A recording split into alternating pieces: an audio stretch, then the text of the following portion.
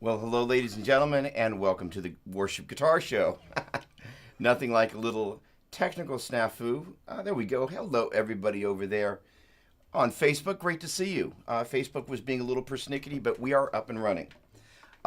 Good evening. Do me a favor, jump into the chat and let me know where it is that you're tuning in from this evening. Have we got a show for you? Going to have arguably the most incredible, insightful, useful worship guitar show we've ever done. And I'm going to tell you why in but a moment. There we go. Got it. Thank you very much. Chris Alexander, Brad Guitar Miller, great to see you. Do I have my, there we go. Hang on a second. Brad's handiwork is but a reach away. Thank you very much. All right, so what we're going to be, a nice day in Tampa, awesome. Melissa Doppler, great to see you. All right, so what is this that we're going to be going over? One might ask, that is so groundbreaking, so revolutionary, so incredible that it will forever change your POV as a worship guitar player. Well, the reality of this is that most of us play the same chords over and over, and as worship guitar players, there is nothing more vital to what we do than chords. So what we're going to do is venture into an area that I actually have spent, self-admittedly, very little time in, which is the caged system. However, for worship guitar players in particular, this is going to enable you to unlock a huge range of things. So let me stop talking and start playing. The most obvious application of the caged system starts with taking, again, caged as in C, A, G, E, D, but taking a C shape, playing that same chord, C, using an A shape, playing that same chord using a G shape, playing that same chord using an E shape, and playing that same chord using a D shape. Hence C, A, G, E, D. And what that gives us is a way to be able to play that C chord up and down the neck in those different locations, which is about 1/35th of the plot, or something like that. Why is that? Well, first of all, what's hiding inside this chord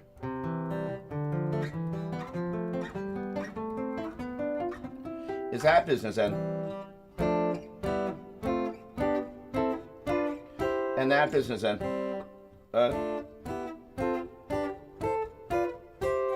Being able to unpack what's hiding in plain sight inside that chord and be able to move that up and down the neck diatonically. So the same holds true of this A-shaped form, same holds true of the G-shaped form, same holds true of the E-shaped form, and the D-shaped form. That is to say, is if we can take each trio of strings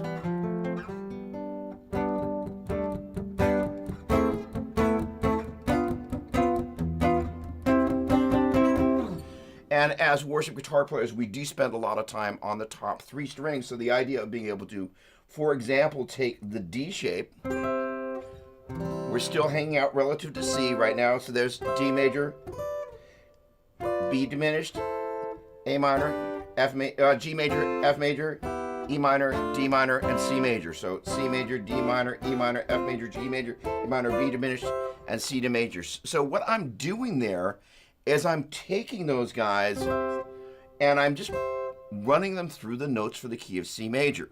So if I were to run over to this little diagram here, and I think it's this diagram right there. There we go. Hey, look up there. Now if I point, there we go. It's up. No, I always point the wrong. Nope, there it is. I don't know. It's over there. There we go. So we look at that piano, C, hold the D, hold the E, half to F, hold the G, hold the A, hold the B, half to C. That's kind of basically the flow of the major scale for C major. So if we learn to just kind of go, all right, that's C, D, E, F, G, A, B, C, that's where we're going to play our bass notes.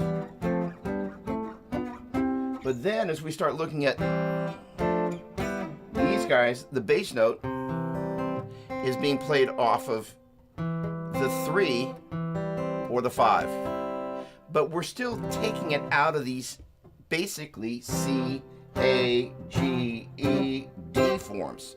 All right, so with that said, does anybody, first of all, JL, great to see you. Hello in Maryland.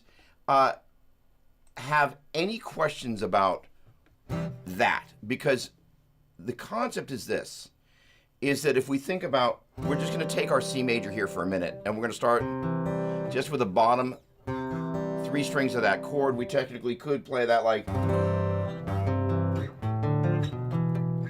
but we're not going to do that for right now. We're really just going to think of our average C major chord. And those notes are C, E, and G, D, F, and A, E, G, B, F, A, C, G, B, D, A, C, E, B, D, F, and C, E, and G. But the idea is if we can just think about C, D, E, F, G, A, B, C, and E, F, G, A, B, C, D, E, and G, A, B, C, D, E, F, G. We can see where the C, E, G, D, F, A, E, G, B, F, A, C, G, B, D, A, C, E, B, D, F, and C, E, G of C major, D minor, E minor, F major, G major, A minor, B diminished, and C major come from. Now again, because we spend a lot of our time as worship guitar players not on those strings, as we work up that C major shape, we end up. So now instead of playing the C in the bass, we're playing the E in the bass. And if the notes of that chord are C, E, and G. Sean Varley, great to see you, my friend. Justin Chan, hello, Singapore. Great to see you. Welcome, welcome, welcome. Okay, so this is a perfect question. So Chris Alexander, brave soul. And I love the guys that ask the brave questions.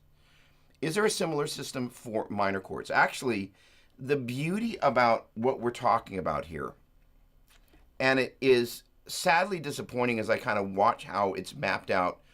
I am in the process of preparing course material. And in the preparation for that, I'm looking at a lot of the other course material that's available there. And usually what happens is people are like, all right, here's all the major forms over here. Here's all the minor forms over there. There's some diminished forms that live over there. But what doesn't happen is get them tied together going C major, D minor, E minor, F major, G major, A minor, B diminished, and C major. Voiced 1, 3, 5. First inversion places the 3 in the bass for these triads, which are made up of the, in this case, if I took the notes of C major, C, D, E, F, G, A, B, C, and I took the first, third, and fifth, as in first, third, and fifth tones, which are C, E, and G. Instead of playing the C in the bass, we're going to put the E in the bass as the lowest note. So that gives us a C major in first inversion. D minor in first inversion. E minor in first inversion. Peter Davidoff, great to see you. Hello, my friend. F major in first inversion. G major in first inversion. A minor in first inversion. B diminished in first inversion. And C major in first inversion. That is to say, you get all the chords, major, minor, diminished. And this enables you to map this out up and down the neck. And again,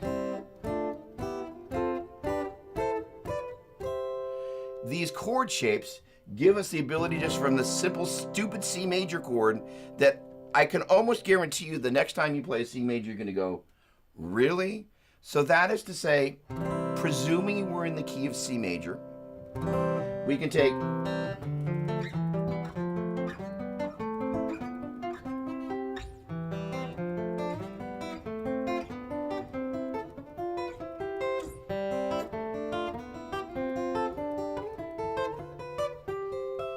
and build those chords by just taking and continuing up the neck and continuing up the neck and continuing up the neck. But that's, if you will, just 1/5 of the story, because we can do it for this A-shaped chord. So there's C major played as an open position chord. You could also play that same shape if I were to play it for D. So instead of using the nut here, I'm basically going 4, 3, first finger, second finger, and then that first finger barring across there. And you could also put that low E string there and bar that as well. But for right now, we're just going to play that C like that and move it up to D, and that same concept.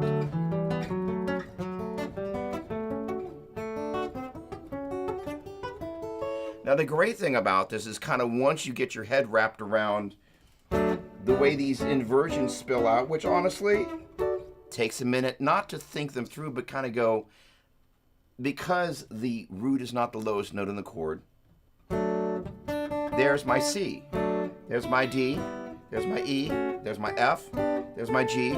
Sorry, there's,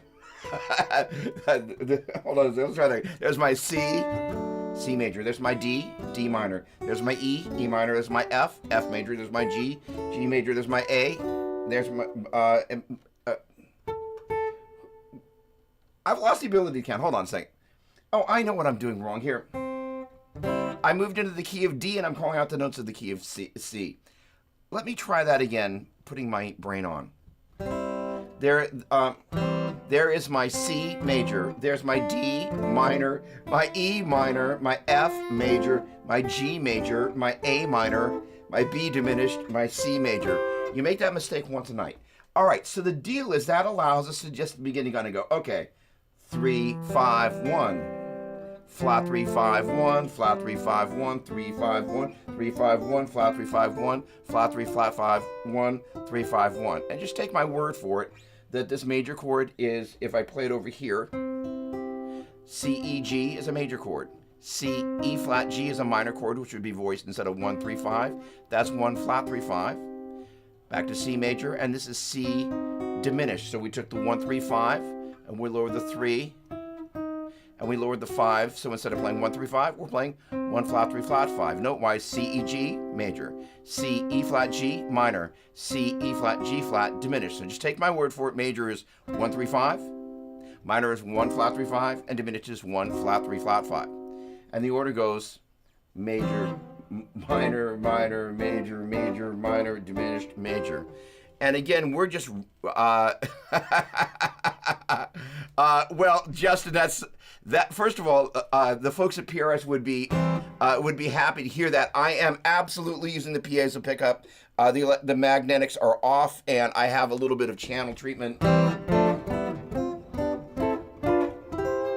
making it sound particularly acoustic. But that's awesome. Headstock Hair, I'm great to see you. Hello. Okay, so that said, that is not how I have traditionally approached looking at chords. But again, for worship guitar players, because so much of what we do is around the top, either the 4th, 3rd, and 2nd, or the 3rd, 2nd, and 1st, having a strategy to be able to take this like this is very straightforward. Again, now looking at this guy right here, just take my word for it. That's that same C major chord, but now instead of voiced C, E, G, C, E, which is 1, 3, 5, 1, 3, we're voicing it C, G, C, E, G, which is 1, 5, 1, 3, 5.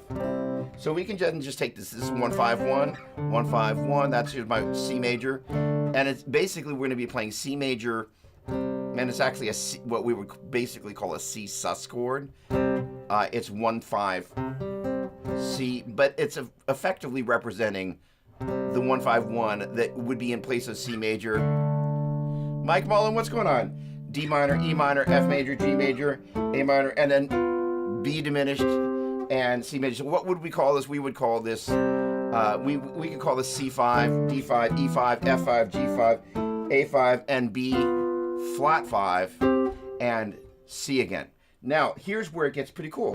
If we just walk our way up this chord and do the same thing that we did here, now there we are at 5, 1, 3, and that is the C major chord whose notes are C, E, and G. We're putting the G in the bass, that is in 2nd inversion. If we put the C in the bass, just a regular C major. If we put the E in the bass, it's in 1st inversion.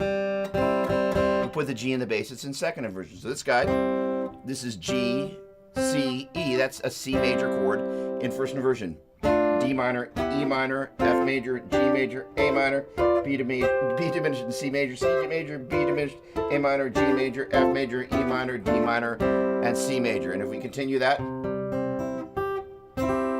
puppy on, that's basically, there is my 1 up an octave, 3, 5. So this chord right here is this same shape right here, but played over here. C, E, G, C, E, G. C major, D minor, E minor, F major, G major, A minor, B diminished, and C major. C major, B diminished, A minor, G. Oh, sorry. C major, B diminished. Oh, I lost my mind. C major. Holy cow. Thank you. C major.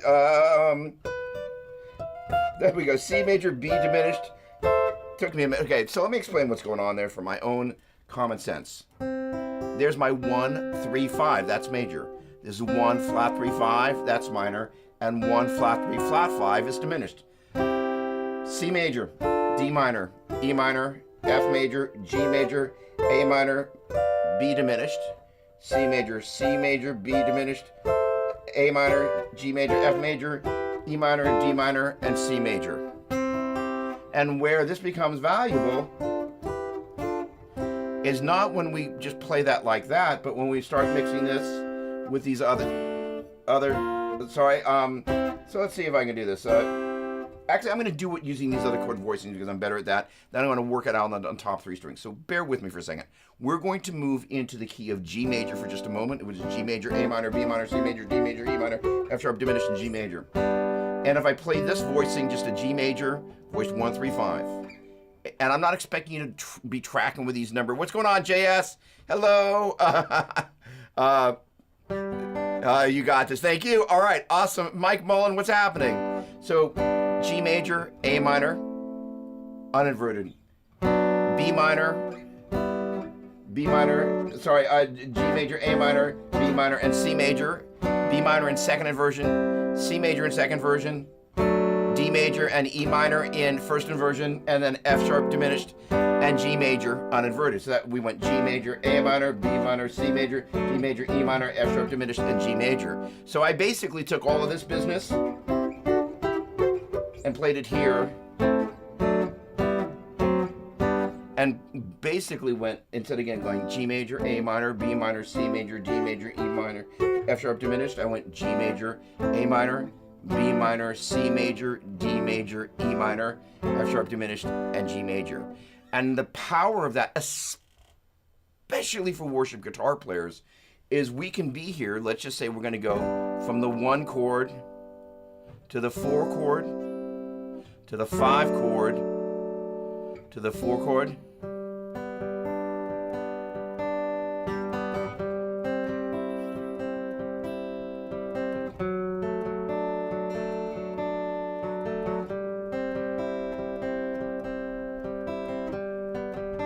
So I know, because we've all been there, we're playing in some register on the guitar, and we're really wanting to stay on that same group of 3 strings and that same register on the neck, but the only way we know to go to find that next chord is to go chord surfing up or down the neck. And this is how we begin to demystify all of that business.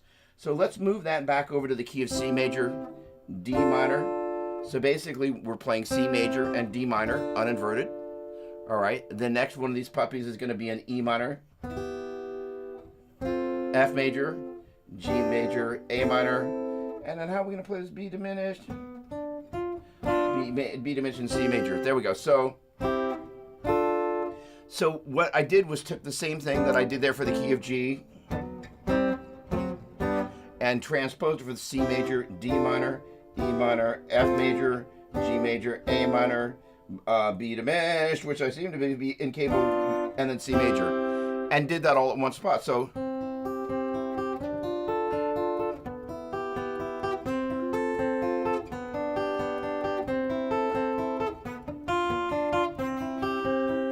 a little out of tune here. Okay, hang on a second. I got a comment here from JL, so let's bring that in here.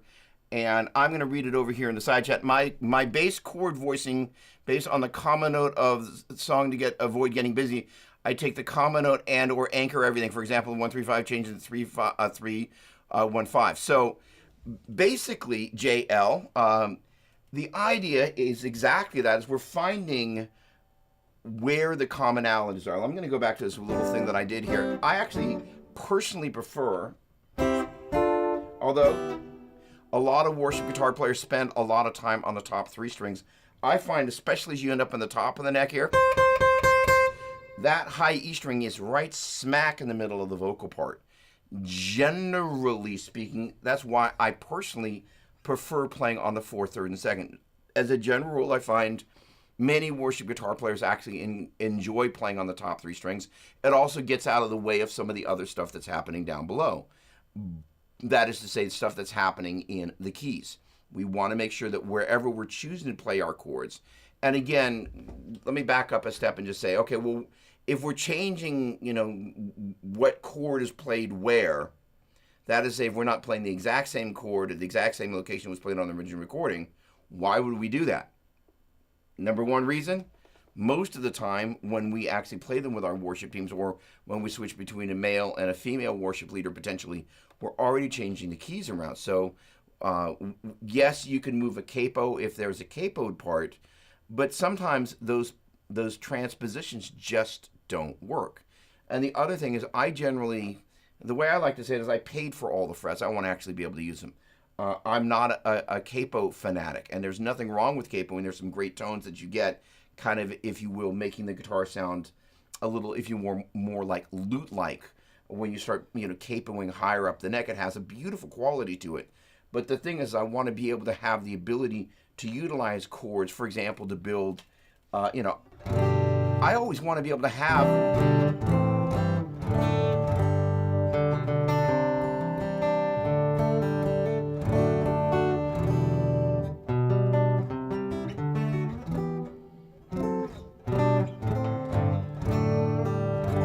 ability to go to those open string chords, and yes, when you're capoing, you have the ability to do that, but in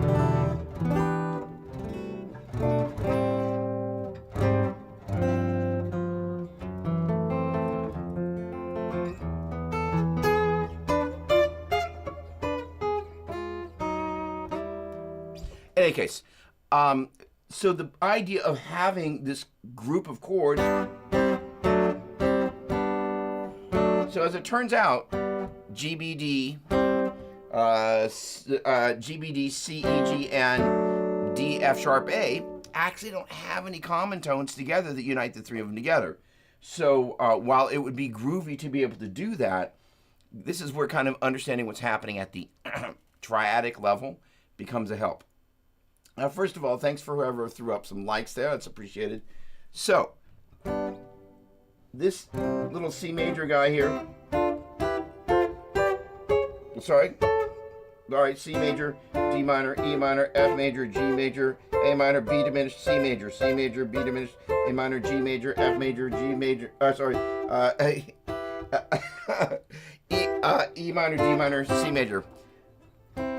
All right, so that's mapping those guys. So that's using the C form. Now as we begin to move up to this G form, which is honestly one that I don't, obviously if we were capoing, we do use that shape a lot, but it's not one that I have a tendency to use a lot. This bottom three strings here mirrors the bottom three strings of this C shape. So that's C major, D minor, E minor, F major, G major, A minor, B diminished, and C major. C major, B diminished, A minor, G major, F major, E minor, D minor, and C major. And you can continue that. B diminished, A minor, G major. And they're not super pretty.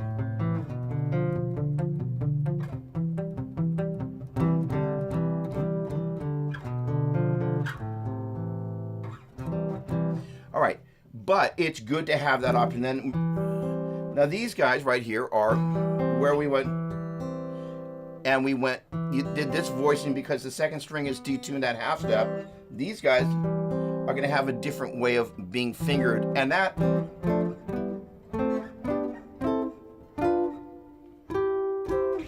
was basically taking, so this is 1 3 5 3 5 1. C major, C major, D minor, E minor, F major, G major, A minor, B diminished, and C major. And then we can take that same concept and guess what? We're at that same shape that we played before for this 5-1-3. Major, minor, I should say C major, D minor, E minor, F major, G major, A minor, B diminished, C major. And then we get up here and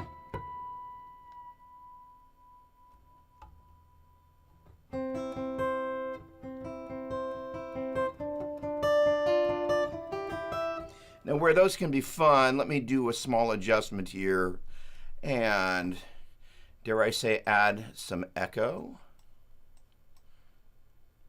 Let's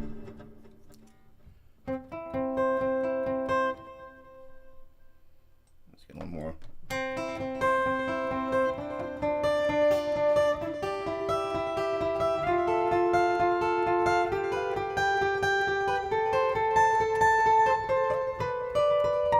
Oh, there we go. My bad. So let me call that a C major, D minor, E minor, F major, G major, A minor, B diminished. Right. My bad. B diminished and C major. I am a little new to actually playing these voicings like this, in case it wasn't slightly obvious. So,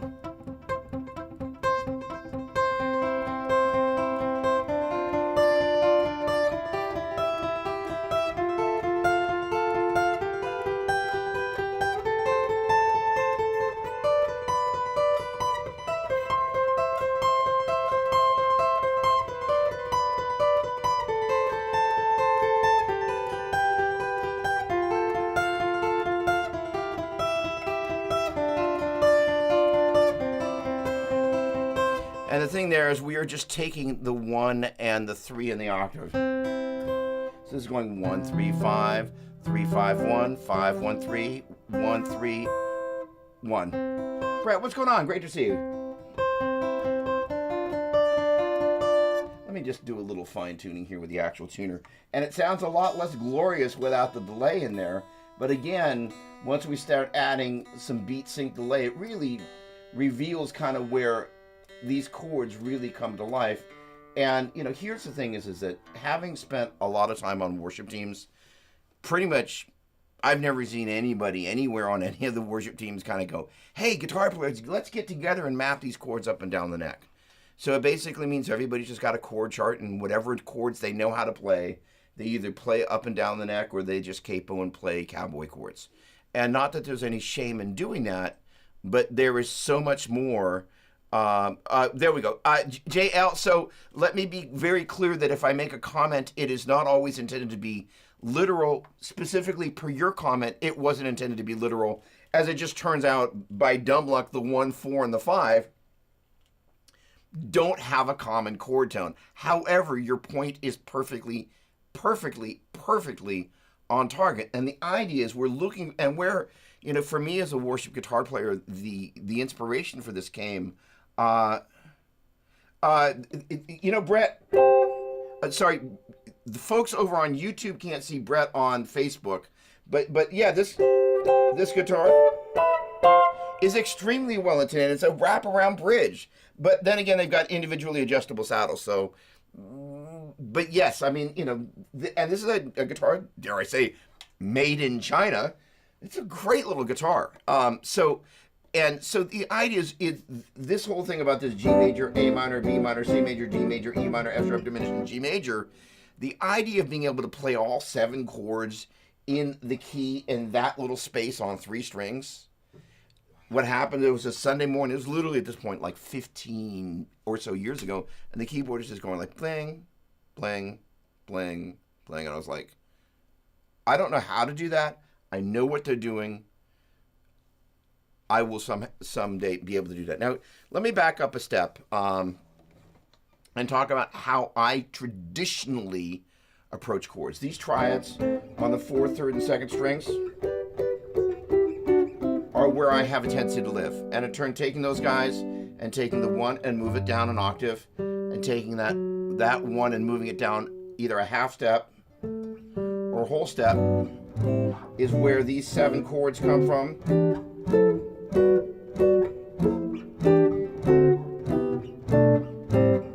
And that is the 6-string root, G major 7. I'm in the key of G major, 7, A minor 7, B minor 7, C major 7, D dominant 7, E minor 7, F sharp minor 7, flat 5, and G major 7, G major 7, F sharp minor 7, flat 5, E minor 7, D dominant 7, C major 7, B minor 7, A minor 7, and G minor 7. Did I say minor 7? I meant major 7. So if we move up, that 1, 2, 3, 4, that's the C, that's the 4. 4, 5, 6, 7, 1, 2, 3, 4, 4, 3, 2, 1, 7, 6, 5, 4, as in C major 7, D dominant 7, E minor 7, F sharp minor 7, left 5, G major 7, A minor 7, B minor 7, C major 7, C major 7, B minor 7, A minor 7, G major 7, F sharp minor 7, flat 5, E minor 7, dominant 7, D dominant 7, and C major 7. Then if you can think of those again as 4, 5, 6, 7, and this guy says 1, 2, 3, 4. Then you've gone 1, 2, 3, 4, 5, 6, 7, 1, 1, 7, 6, 5, 4, 3, 2, 1, 4, 5, 6, 7, 1, 2, 3, 4, 4, 3, 2, 1, 7, 6, 5, 4, then 1, 4, 2, 5, 3, 6, 4, 7, 5, 1, 6, 2, 7, 3, 1, 4, 1, 4, 7, 3, 6, 2, 5, 1, 4, 7, 3, 6, 2, 5, 1, 4. And that allows us to paint the neck with our chords based on the 6th and 5th strings. For rock players, that is basically where we have a tendency to live. And that includes worship guitar players that actually play notes down on the 6th and 5th strings other than cowboy chords. And so the deal is these chords and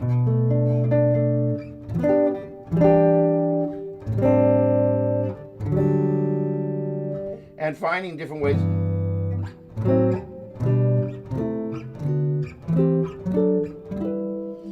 to play chords that you kind of go, oh, there's other sounds in there, right? You know, so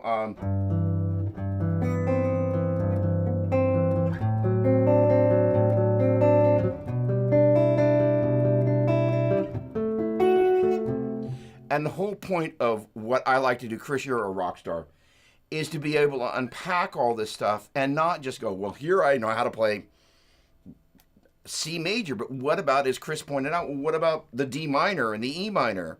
And how do you map these things up and down the neck? And the whole point of what I'm doing here is going, well, let's take the Cage system and use that to be able to map things up and down the neck, which is a really great application. Generally, it's not how Caged is taught. And generally speaking, it's one of the reasons why most of the time I'm kind of like, I'm not a big fan of how Cage is approached, because it's not talking about creating these diatonic, that is to say, in the same key relationships up and down the neck. And Cage is frequently not used to go, hey, here's how I can play using a C form, an A form, a G form, which my fingers just hate that shape. They just don't want to do that. C form, A form, G form, E form, D form, and then we're back to the C form again. So it allows me to play the C there, the C there, the C there, the C there, and the C there. But the magic happens when you kind of begin to go, okay, again, if I take the 3 notes of that C shape, or those 3 notes, or these.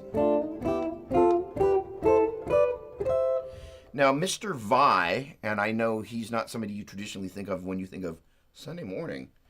The way I think about, I'm going to get to your question in a minute, Brett, and it looks meaty, and I love it when there's lots of meat on the bone. So the idea is, like, first of all, we just got to have a way of making sense of this thing. So the larger picture is, again, going back over to Hirsky, is that when we look at the key of C major, which is the basis of all Western theory and harmony, if you take a look at the C major scale, C, D, E, F, G, A, B, C, and you think about taking, for example, starting on C, a total of 3 notes utilizing this pattern of every other white key, as in C, E, G. Will the mouse track through? Mouse, are you tracking through? I'll be. There's a delay between the stream playback. No, it's not tracking through. So just imagine I'm holding my mouse over the C, and then over the G, E, and the G. Now I'm holding it over the D, the F, and the A, the E, G, and the B, the F, A, and the C, the G, B, and the D, the A, C, and the E, and the C, E, and the G. All right. So here's the great thing is that for the piano, that collectively, here's my C, E, G, D, F, A, E, G, B, F, A, C, G, B, D, A, C, E, B, D, F, and C, E, G. And as you can tell, it's not super convenient for that key on the guitar, just using these triads voiced 1, 3, 5. But guess what? For the key of G, whose notes instead of going C, D, E, F, G, A, B, C, are G, A, B, C, D, E, F sharp, G, G, B, D, A, C, E, B, D, F sharp, C, E, G, D, F sharp, A, E, G, B, F sharp, A, C, E, G, B, D. We're just taking those same chords, which by name are major, minor, minor, major, major, minor, diminished, major. And somebody out there, a giant light bulb is going to go off. If I think about the 7 tones of the major scale, 1, 2, 3, 4, 5, 6, 7, 1.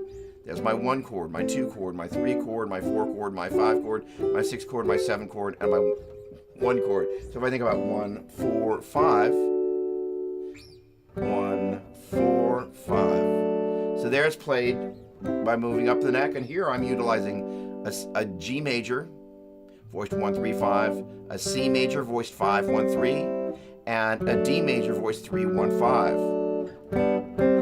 And that kind of harmonic economy of motion. Mike, thank you for joining us. Have a great one. Appreciate you stopping by. Okay, so Brett's question was this. All right, the hardest part about learning to play this approach was coming from being an only guitarist in bands for several years. I had to play the lower register of chords just to fill up the space. So here is the thing.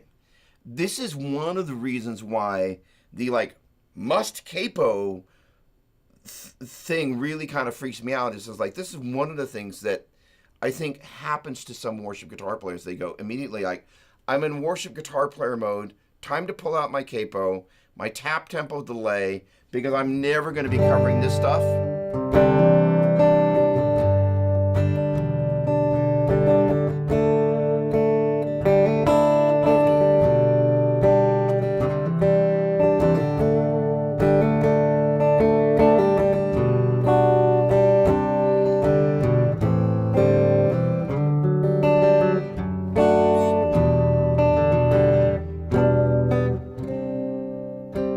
Modulation.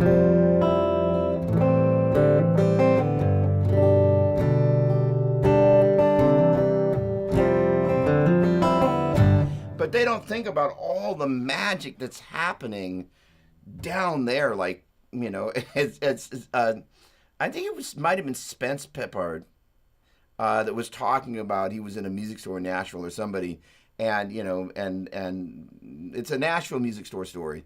And some kids, wheedly, wheedly, wheedly, wheedly, and then some old guy comes in and is like, yeah, those aren't the notes that make you any money. All the notes that make you money are down here. Now, it's not about making money, but the idea of when it comes to actually finding the notes and the chords that really ultimately make the biggest difference when we got to carry the weight of the band, it's down there. Now, here's the other thing. That's where, though. So when we start thinking about these little guys, what was I playing? I was like,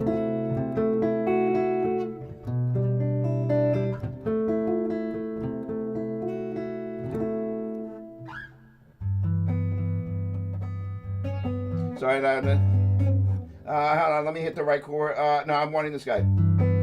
Now, this is one of the great things about once you kind of figure out what the heck it is that you're trying to do. I'm playing a 1, 6, 3, 4. 1, 6, flat 3, 4. 1, flat 6, flat 3, 4. 1, 6, 3, sharp 4. Because that's what we play in the Lydian. Oh, sorry. 1, 6, 3, 4. The point being is there are some really gorgeous chords waiting very close by if we're willing to take the time to discover them. And even, these, if I move to the key of D. So let me just play these triads for the key of D major. I want to reveal the hidden. That's good. We can get rid of the overlays for right now. And we can get rid of that. So let's...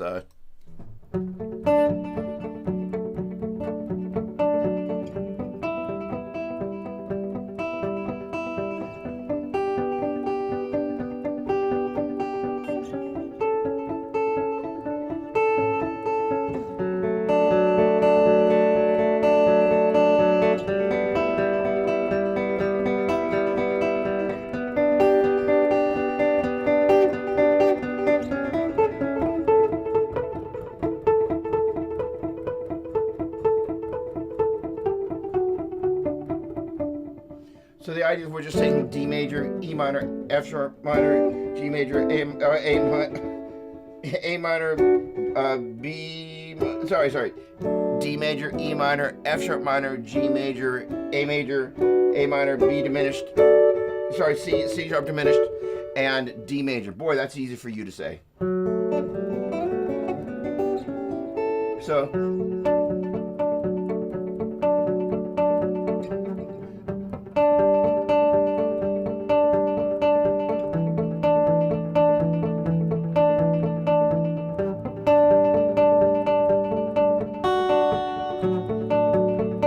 once you kind of begin to see some of those internal movements inside the chords and you start working off of one position, actually kind of go, okay, I'm bringing in other chords and different inversions of those locations. That's where it gets steeper but deeper, right? That's where we really begin to kind of go, oh, if I can figure out how to make these things intersect.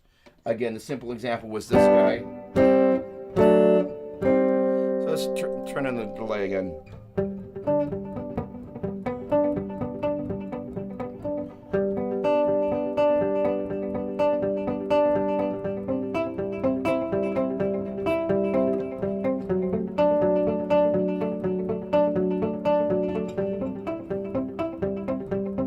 All right, a little more mute.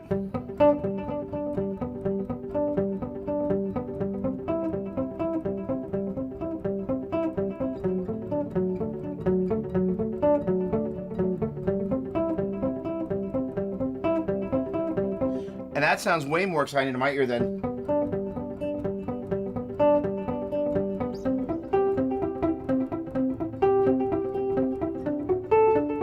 Sounds really boxy versus same chords.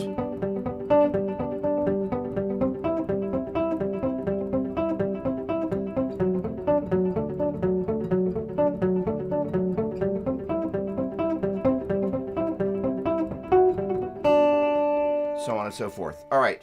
All right, so Brett's comment, the cool part of learning this is now I can play whatever is needed for the song. Thank you very much in the band in the given moment for any song. It's exceptionally, Justin, that's a P&W song waited to happen. And I can't bring what's happening, that's Brett over there on Facebook, because the way I connect to Facebook, I can't bring in the chat from there. So in any case, yeah, Justin, I mean, here's the thing is that, first of all, once you kind of begin to take into account, like if we're in the key of G major is kind of my favorite, because for any of us, the first thing that we've got to be able to do is chart what this looks like kind of moving down. Good day to you, Zachary. Great to see you. Would it be Zacho? Would that be at all correct? Awesome. Hey, so the idea of how we begin to map this up and down the neck is the first part of this. This is why the key of G major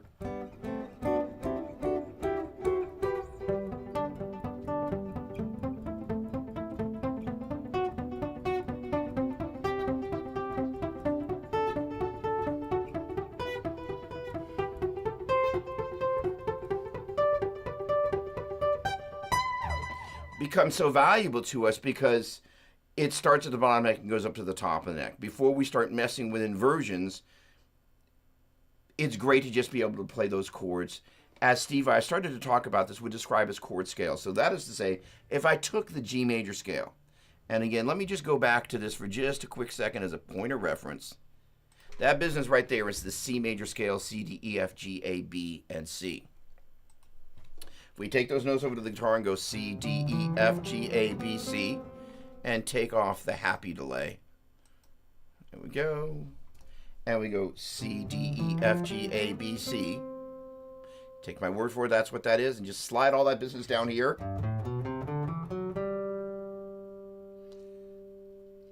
I'm gonna hang on a second. Let me read this request here.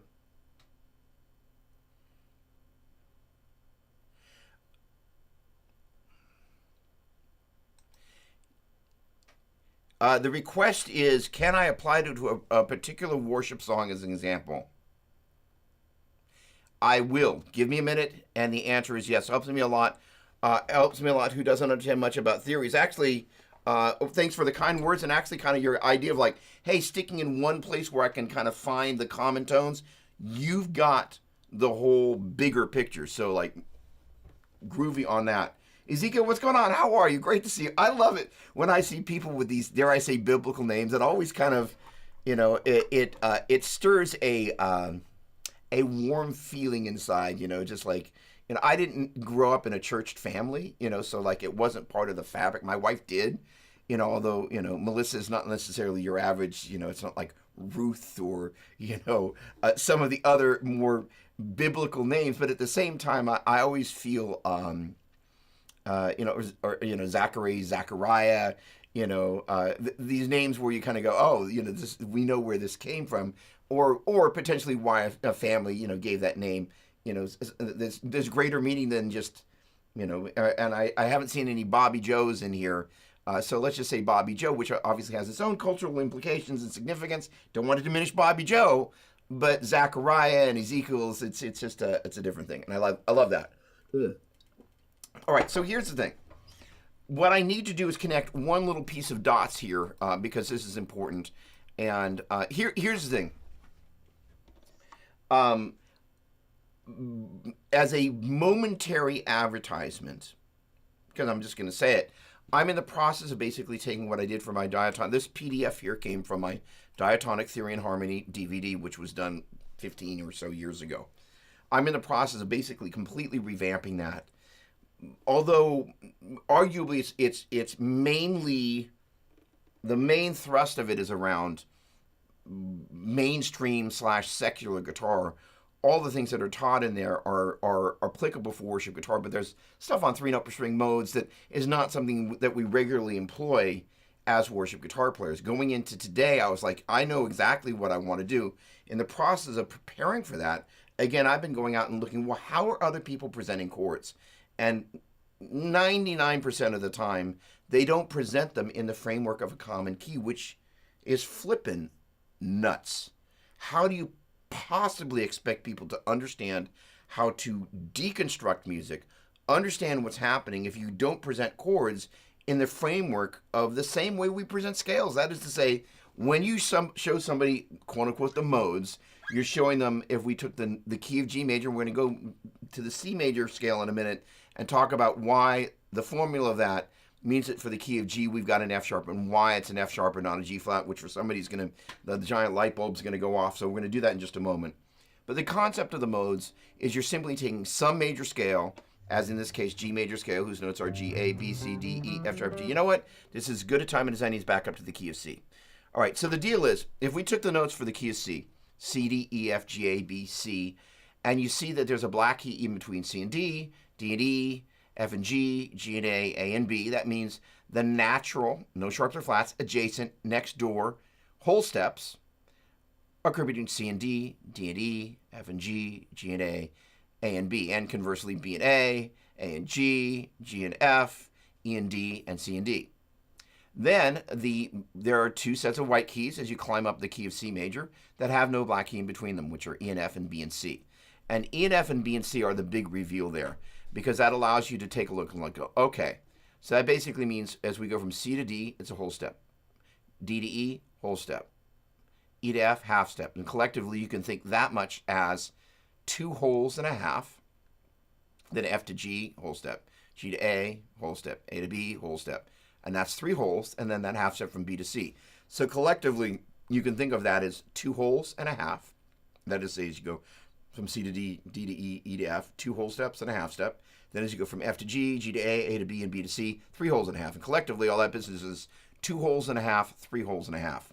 All right, so the deal is 2 holes and a half, 3 holes and a half. And that gives us the formula for the major scale. In this case, take my word for it, that's a C chord. I think we can all agree that's a C note. And if we were to go over to a piano, go boom, it's a C. All right, so that's C, hold the D, hold the E, half to F, hold the G, hold the A, hold the B, half to C, C, half to B, hold the A, hold the G, hold the F, half to E, hold the D, hold the C. If we move it down a string, we are now transposing this relationship to what is, well, C, D, E, F, G. That's G there. All right, so the deal is, if we take this whole, whole, half, whole, whole, whole, half. It becomes part of what I refer to as the pitch ladder. If you think about this pitch ladder, it goes basically whole step, half step, whole step, whole step, whole step, half step. That pitch ladder begins to look and sound like this.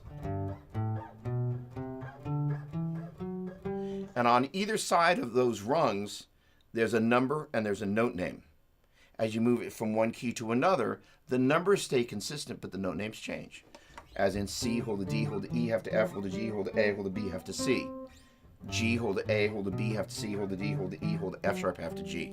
Now this F sharp business, you could go, well, how do I know that's an F sharp and not a G flat? If we go back and look at our diagram, you can see that as you look at that note in between F and G, it's labeled as F sharp / G flat. When you have one pitch with two different note names, it's called enharmonic. And the concept is there will be times where you're going to call that a G flat. But this ain't one of them. How do we know? Well, as we climb this pitch ladder, again, it's driven by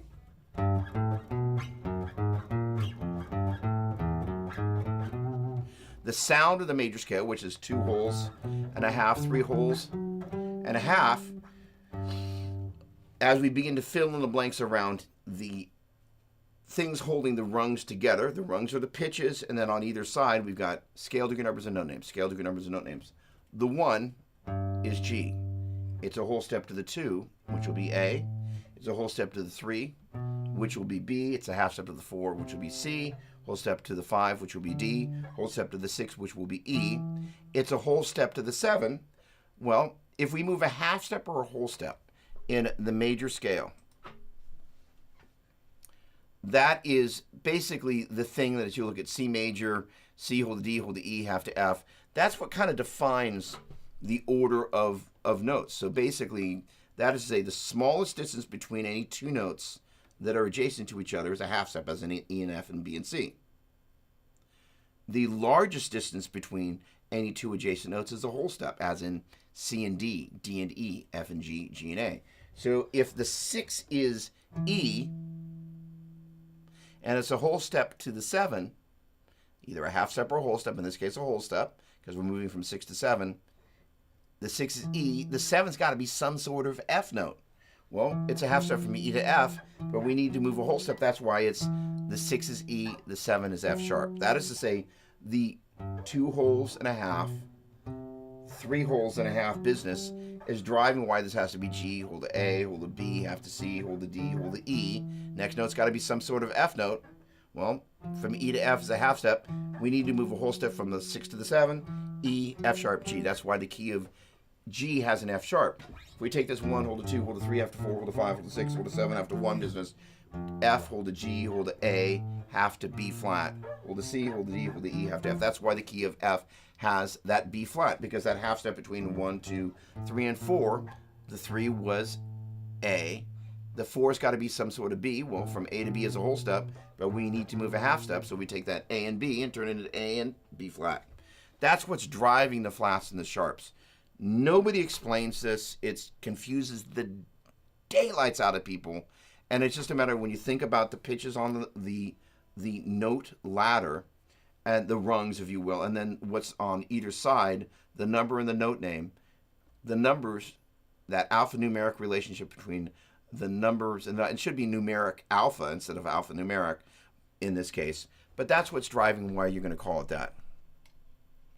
And then you end up with some really weird keys from time to time, and weird things harmonically that just happen in certain keys. The other thing is when you start dealing with harmonic minor or Phrygian dominant, things can get very strange very quickly. But if you understand what's driving this and why, it begins to become much more manageable, and people don't get freaked out. Oh, wait, where did headstock come in? So how did I bring you in, headstock? Where did I get you?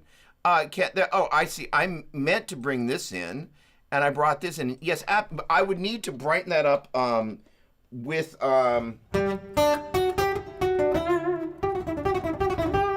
with a little EQ, which in this moment I'm not going to, but is that legible enough for now? Let me know. Okay. All right, Brett, still working on it all the time, still discovering new ways to play the intervals and create unique voicings.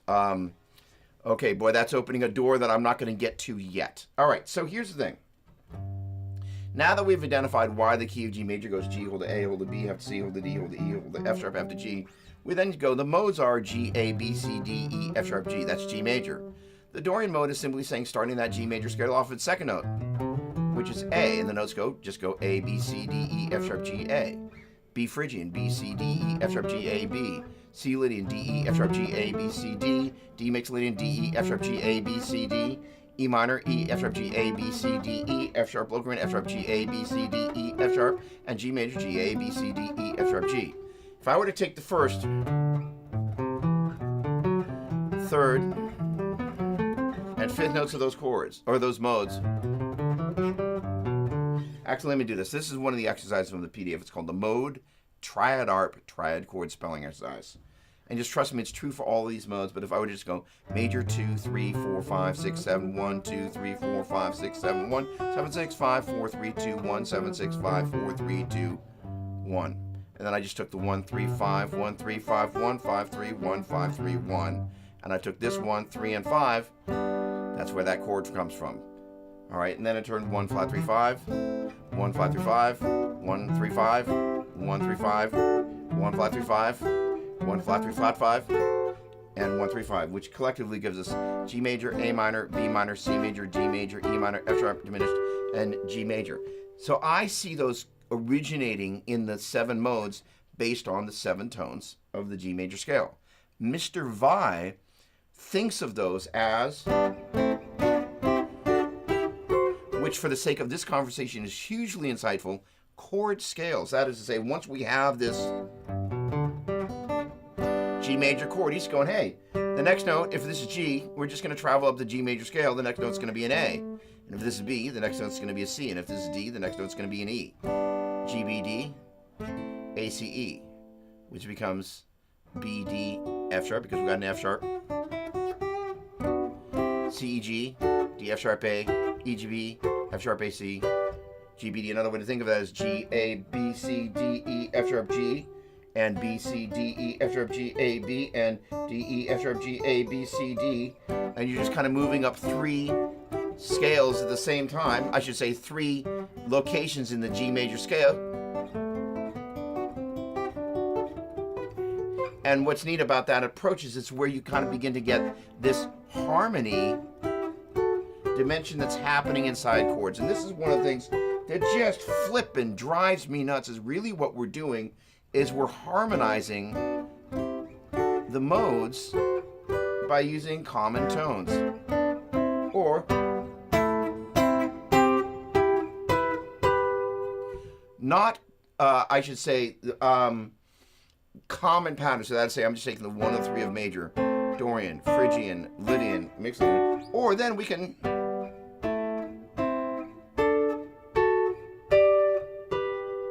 mix them up. Now, I'm going to pause there for just a moment. No, Brett, your comment did not sway me off course. Sorry, I didn't mean to comment in ways that sway you off course. I do that just fine on my own. Just sharing my journey as you help me open that up. Amen to that. And if you don't dive into my comment as part of the discussion, I'm okay with it. Not offended, especially since it wasn't my original title. No, here's the thing: is that there is, in the years past, I used to spend some time teaching at different conferences, worship conferences. And the whole thing about what I learned from that very early on is you quote unquote teach to the room. You will, if you don't know what the room wants and needs and don't put out, a thermometer and kind of feel which way the wind's blowing, you miss the room. And more importantly, you miss the opportunity to totally have people walk away from that moment going, there was that one thing that you talked about, that was that thing that kind of just completely transformed my kind of going, I'm on the outside looking into like, I just got a reveal on a piece that has just always been foggy for me. Because here's the deal. Most of us have lived a disproportionate amount of our musicianship time in some sort of fog when it comes to the big reveal on these chords. What I hate a bit, again, traditionally when I think about the caged, Chris's comment was, well, what about the minor chords? And he's completely right, is that most of the time in the formation of the way the cage system is presented, the minor chords don't even fit into the picture. They're just showing you ways to play the majors. And they're not even showing you how to be able to map them diatonically up and down the neck, other than going, here's my C, and I can do this, all right? So the ability to then take these different voicings that you can pull directly out of these, like for worship guitar players, there's gold in them, their hills. And again, if you take Mr. Vai's playing chord scales analogy to that, that's exactly what I'm basically doing. Although I am still preferring to think of it as major, minor, minor, major. I transpose there. Major, minor, minor, major, major, minor, diminished major, because that allows me to tether it back to the formulas of the modes, which for me means I know where it comes from. And if I can tether it back to the formulas of the modes, I can tether it back to here, the basis of all basically Western diatonic theory and harmony. Now, there is another piece here that I would be errant, Brett, just to say, right back at you. Another piece that's hiding here that we very rarely don't.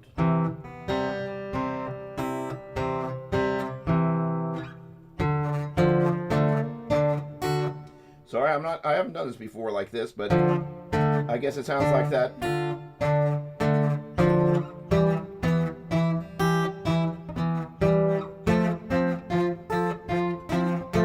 So these chords, I would think of this chord, since the notes are C, E, G, C, E, I would think of it being C, E, G, C, E, as being voiced 1, 3, 5, 1, 3, 1, 3, 5, 1, 3. But there's also a major third, perfect fifth, octave, major third, perfect fifth interval happening in there. And if you can hear that,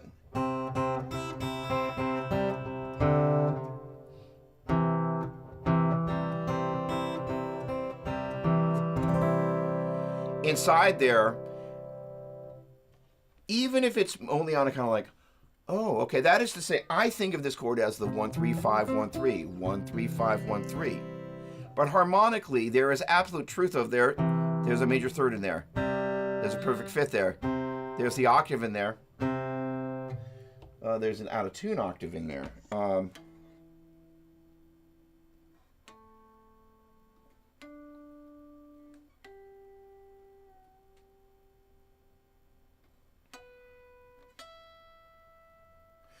But that allows us,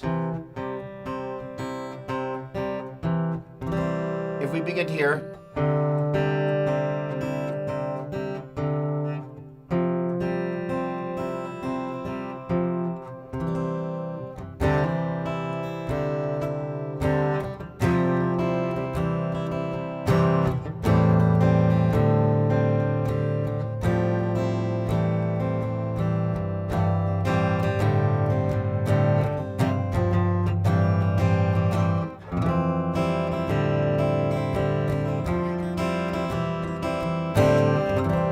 there's that stuff happening.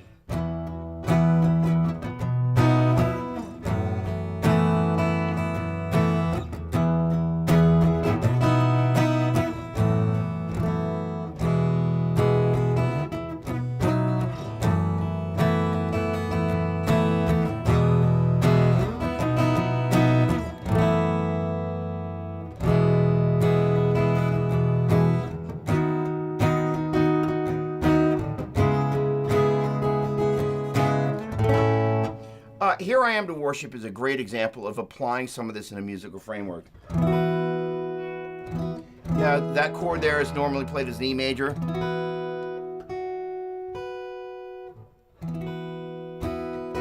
I like playing an E sus2.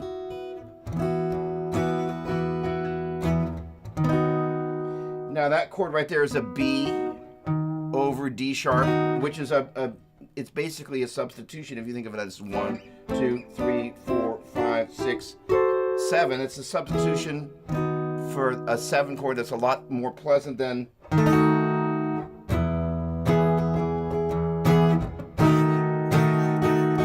technically if this is 1 5 1 3, this is 1 flat 5 1 flat 3, 1 5 1 flat 3, 1 5 1 3. That's technically kind of the diatonic chord that kind of corresponds to those, as opposed to way prettier.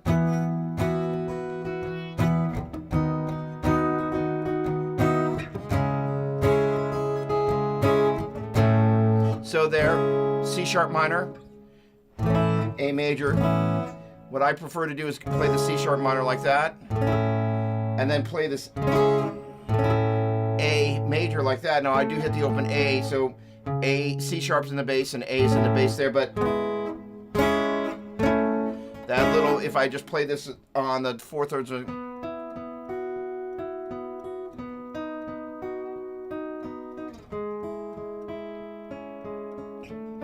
sorry.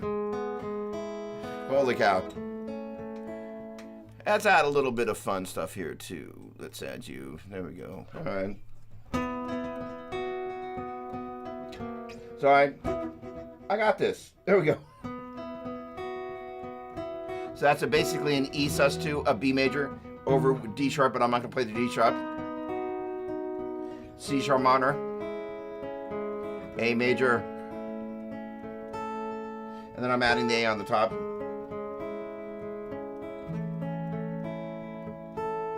So that sort of movement right there again. Again, if we were doing a swell, let's see if I can pull this off. I say I'm going to do it with the whole chord.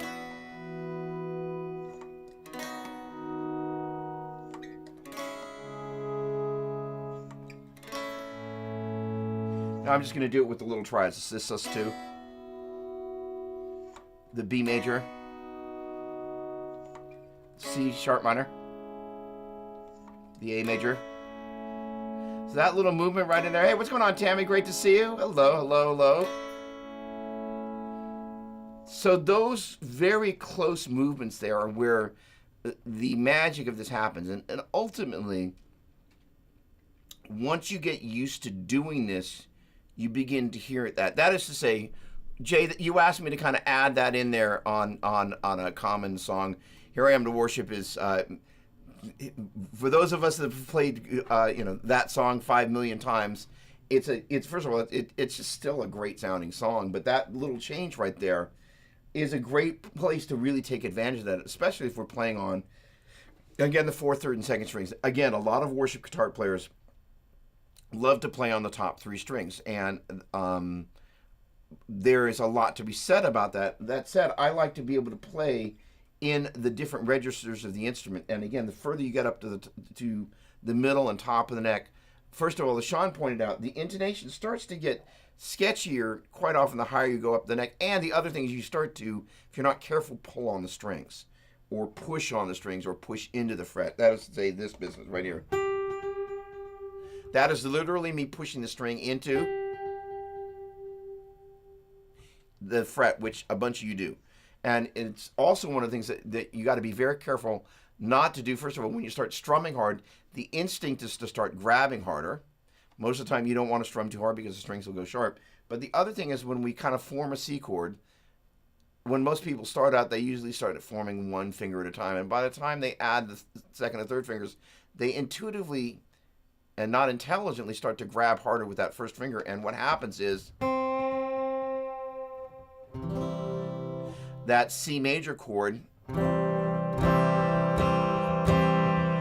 So quite often you'll have somebody on your worship team who's like, it always sounds like they're out of tune. And you go over there, you tune the guitar, and you're like, guitar's in tune. It's because they're grabbing notes and pushing hard. So it's just one of those things that takes a little while to get the control around, but it is important to be aware of because it is one of the facets of this whole larger picture here. Okay, so again, and questions, comment, and feedback, certainly welcome. Sean, I missed your question. So yeah, so that is this guy going straight into my Universal Audio Apollo 8 audio interface. So it's not like it's a cheap interface. I am using, in this case, although I could turn on the magnetic.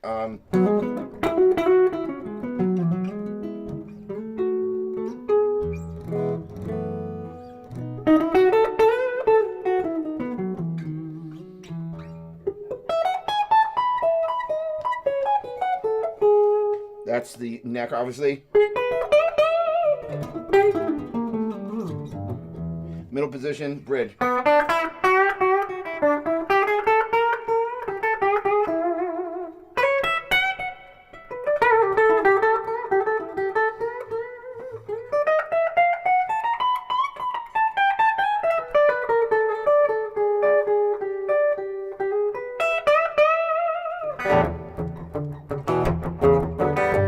All right, and then turning all that business off and just turning up the piezo.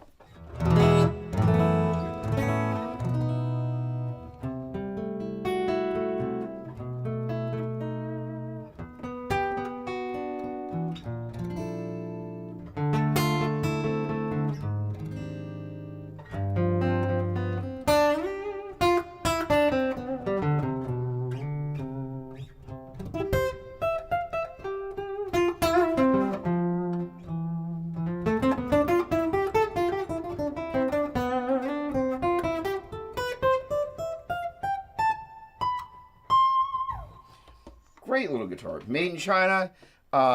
This is a laminated top, so I'm sure it is some piece of maple that they've kind of laminated on top. But it's a great little guitar. I have been super impressed, and I knew, you know, it's funny. Somebody asked me, like, well, why do you need all these different guitars? Because one of the things about a musical moment is, in many ways, for a vocalist, the way they approach the note. The way that they kind of utilize their vocal cords. Well, the way the strings react with the pickups and the signal chain is more or less the same thing. And, you know, the scale of the instrument and the way it responds to the touch. It's why a different guitar sometimes enables you to kind of just get that same way that you have to place your face and your the muscles that are involved in singing.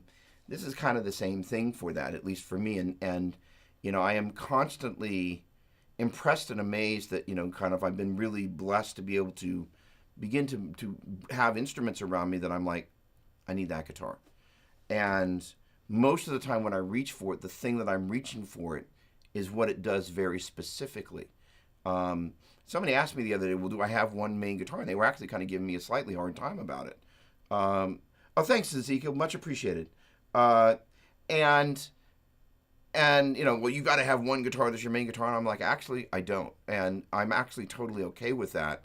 And I've never really, in pretty much my entire life, I've always had the one. That's not the case anymore. I'm just kind of like, I need the one that's right for the sound that I'm trying to do. And actually, usually, there's one that is best for that musical moment. Any case, just saying. Sean, yeah, no, I mean, what a sound. It's a great little guitar. A bunch of you do fretting out of tune. Here's the thing, it's like, it's one of those things, there's all this stuff, you know, and it always is kind of giving me a little bit of a bummer that there isn't more time spent kind of, let's get all the guitar players together, and let's talk about all the things, you know, you do right, and then all the things you do wrong, and into all the things you do right. We got to have the praise sandwich there. But there you go. Bruce Adolph would be honored. Publisher of Worship Musician has this shirt. Love one woman. He doesn't have love one man and many guitars, but he should. But I will say that, you know, given the name roll call, there are more men in this group, and they do love their guitars. In any case, noted. So, getting back to the musical side of this, you know, there is this understanding of that in the midst of what's going on here, as I'm playing these chords,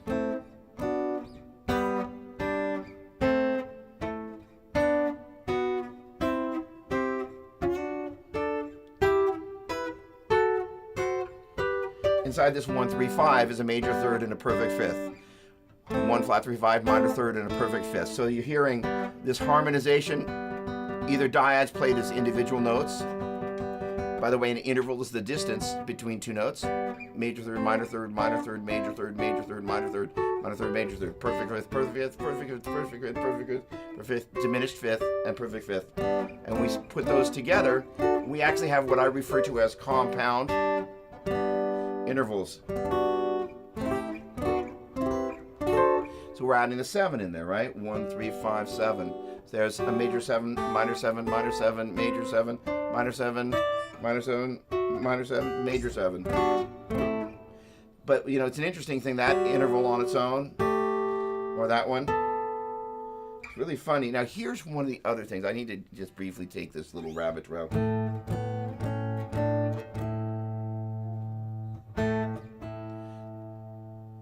That's the 5 of the major scale. If I were to play the Phrygian mode there, starting at the same fruit,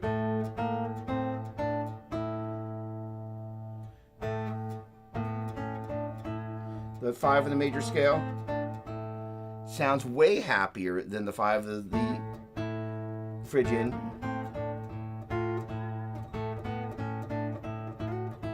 So when I got to this, sorry, my bad, I'm thinking that minor 7th at the 3, 1, I'm a G major, the 1, or I'm a G, the 1, A, the 2, B, the 3. It's not like it's a different interval, but it sure got a lot uglier when I played it at the 3. I'm just like, why is that? And it's just the way it has a certain unique tension as it sits in the key that it's in. It's just the way that works. It's one of the reasons why parallel chords, which, by the way, is really the heartbeat of what we're talking about here, because the ability to map parallel chords, and then that is here are the triads for the key of G major voiced 1, 3, 5. Here they are voiced 3, 5, 1. So that's going to be D major, E minor, F sharp diminished, G major, A minor, B minor, C major, D major. And here they voiced 5, 1, 3, C major, D major, E minor, F sharp diminished, G major, A minor, B minor, and C major. And here they are going G major, A minor, B minor in second inversion, C major in second inversion, D major in first inversion, E minor in first inversion, F sharp diminished, and G major. So I'm mixing inversion types in pairs. So there's the first two, just 1, 3, 5, 1, 5, 3, 5. The second two, which is the 3 chord and the 4 chord, voiced 5, 1, flat 3, 5, 1, 3. And then the third two, voiced 3, 5, 1, 5, flat, 3, 5, 1, flat 3, 5, 1. And then the last two, 1, flat 3, flat 5, 1, 3, 5. And that is combining and all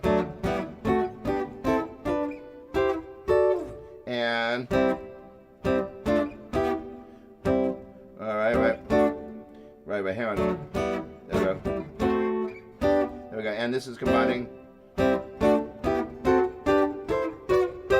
And then I'm mixing and matching those guys together to come up with those different 1 chord, 2 chord, 3 chord, 4 chord, 5 chord, 6 chord, 7 chord, 1 chord, and mixing them. But the idea is I'm first having to map them up and down the neck in the different voicings, and then I'm mixing and matching them. And that's where the magic comes from. That really allows you to unlock this whole mystery that I think for many of us, you know, how do we learn to, if we want to move up and down the neck, we can do that. If we want to stay in one location, how do we learn to do that? What is it that we kind of need to basically understand to be able to do that? And it's not like it's the world's biggest hat trick. You just kind of go, look, if the chords are going G, C, and D. By the way, if you just go like G, C, and D, it implies G major, C major, and D major. If I wanted to play G minor, C minor, and D minor, I would have to say G minor, C minor, D minor. But I'm intending to play G major, C major, and D major. So I'm going, well, there's C major there. How else can I play C major? There's D major there. How else can I play D major? And this is one of the ways that the whole C, A, G, E, D system can actually be a help. But I actually really love the idea of just kind of, as most of the time, there's a finite number of things that we really want to be able to do, regardless. And there is some overlap. That is to say, if I take this chord shape right here, that's the, if you will, the A shape, and I take the G shape right here, which my hands just hate playing quickly. Inside there, this little business right here, that 5-1-3, 1-3-5-1-3, 1-5-1-3. That is common to both these chords. So really what I just want to be paying attention to is this business. I'm a little bit less caring that I can go 1-5-1, 5-1-3, 1-3-5, and then I can go 1-3-5, 3-5-1, 5-1-3, 1-3-1. I really want to zero in on this business because that allows me to have, if I were to play for the key of C major, there's my 1 chord, 2 chord, 3 chord, 4 chord, 5 chord, 6 chord, 7 chord, and 1 chord. Which means that the next time I need to pull out, a major chord down here, that's one of my options. The same thing is true if I take that little shape right there, I move it up a whole step. There's my 1 chord, 2 chord, 3 chord, 4 chord, 5 chord, 6 chord, 7 chord, and 1 chord. So that's how I play a major shape there. So that is to say, if I wanted to play 1-3-5 as a major shape, 3-5-1 as a major shape. Actually, let's see. Let me do it like this. All right, here's 1-3-5 as a major shape. Right. There's 3-5-1 as a major shape, and 5-1-3 as a major shape. So those are the options. But I can go, well, okay, if I can play major like that, that's 1-3-5, and I can play a major like that, 3-5-1, and like that 5-1-3. Then as the chords are changing, I can learn to integrate those different shapes into one register, which is exactly what I'm doing for G major, C major, and D major, and C major.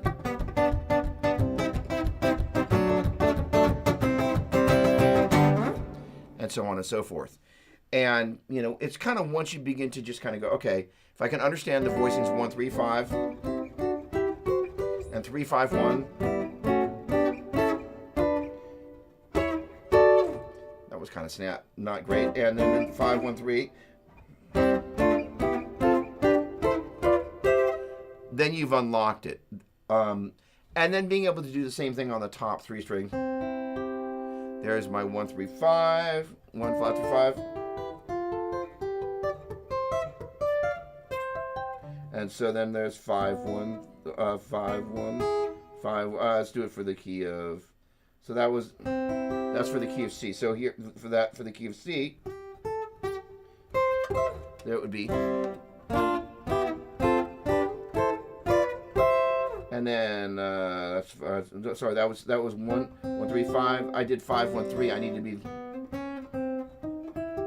to do 3-5-1. So that's major, minor, minor, major, major, minor, diminished, and major, which I can kind of play. So the point being is then you start doing the same thing with those chords. There's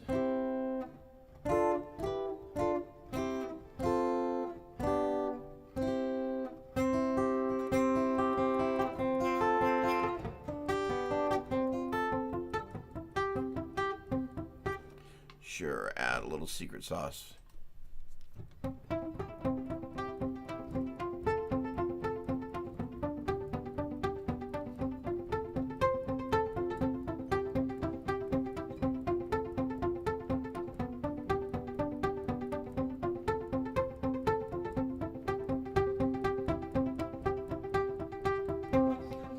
All of a sudden, like, oh. And that is a really great way to, again, stay in one register because, as a worship guitar player, the thing that I'm always focused on is how does what I'm doing, I always like to think of it like a little cloud. I'm like a cloud that kind of, I once referred to somebody as a dark cloud that followed me around. This is the kind of the analogy of that, which you're this little white cloud that kind of is this little thing that the lead vocalist is being kind of, it's this little pillow that you're carrying them around as they move up or down in the vocal arrangement. You're supporting what they're doing. So if I'm kind of jumping up and down the neck to kind of be able to go for example, G major, C major, and D major, or in that case, C major, F major, and G major, you lose the ability to kind of sit in that one location.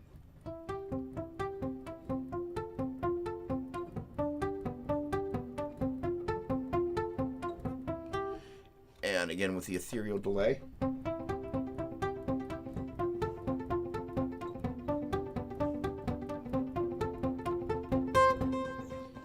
And that is kind of, when you hear, I wouldn't say all the most iconic worship guitar players know all their inversions and voicings inside and out.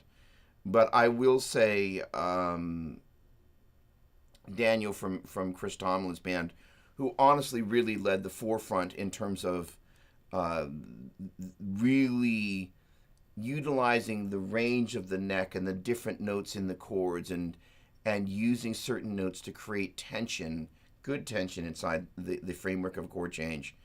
He knows exactly what he's doing. He's a brilliant guitar player.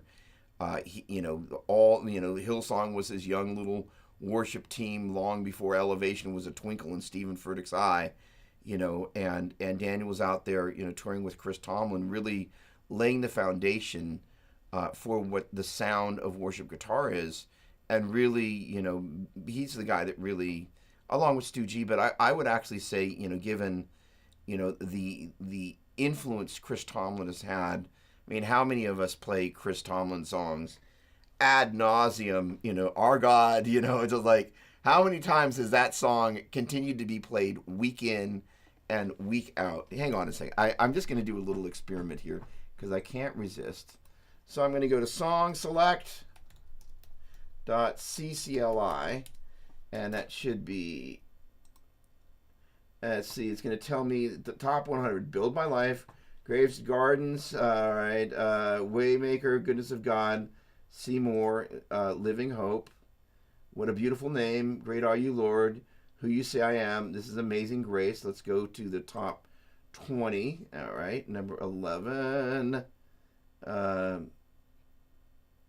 Let's see. 10,000 Reasons, like that one's getting old. No, the funny thing is that since the last time I looked at it, that Chris Tomlin perennial has dipped off. Well, there's Good Father, which I think he has a percentage of something involved in that, which we don't need to get into the business of that. That's right. He did Good Father. That's a Pat Barrett song. Very interesting. Hang on a second. Apple F, Our God. It's not in the top 100. All right. In any case, my point. Well, and then there's Chris Tomlin's version of Amazing Grace, with and that's on there. The point being, hang on, Apple F, Tomlin. Let's see how many times Tomlin is in here. If I spell his name right. All right, there we go. There's one. There's two. Yeah. How great is our God? Right. So. I mean, Chris has been a busy boy. Let's go up to the top 100 and see if Our God is in the top 100. There it is. It doesn't say what it is, but it's in the top 100. I mean, that song has been, just a go-to since Going To has been gotten to. In any case, Daniel has just been playing some great stuff there for so long. All right. So I am seeing the questions dwindling, and honestly, I've kind of taught through the majority of what I wanted to get across here. But again, if you were to take any of those forms, and I, again, have talked about connecting them to play a C major there using the A form, C major there using this G form, using that E form, and this form. That is to say, I'm playing C there at the 3rd fret on the 5th string for the C form open position chord. I'm playing an A form bar chord, 1st finger at the 3rd fret on the 5th string. I'm playing a 6th string root chord that my hand hates to play. That's a G form there at the C at the 8th fret on the 6th string. This is an E form, as in at the C at the 8th fret there. This is the D form.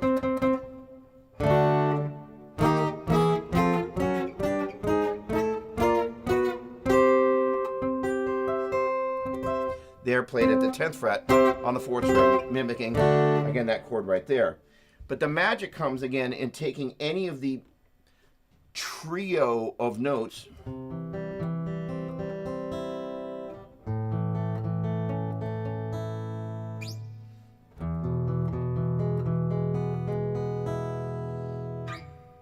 C, A, G. Oh, I missed my G. So C, then A, then G, E, and D, and working those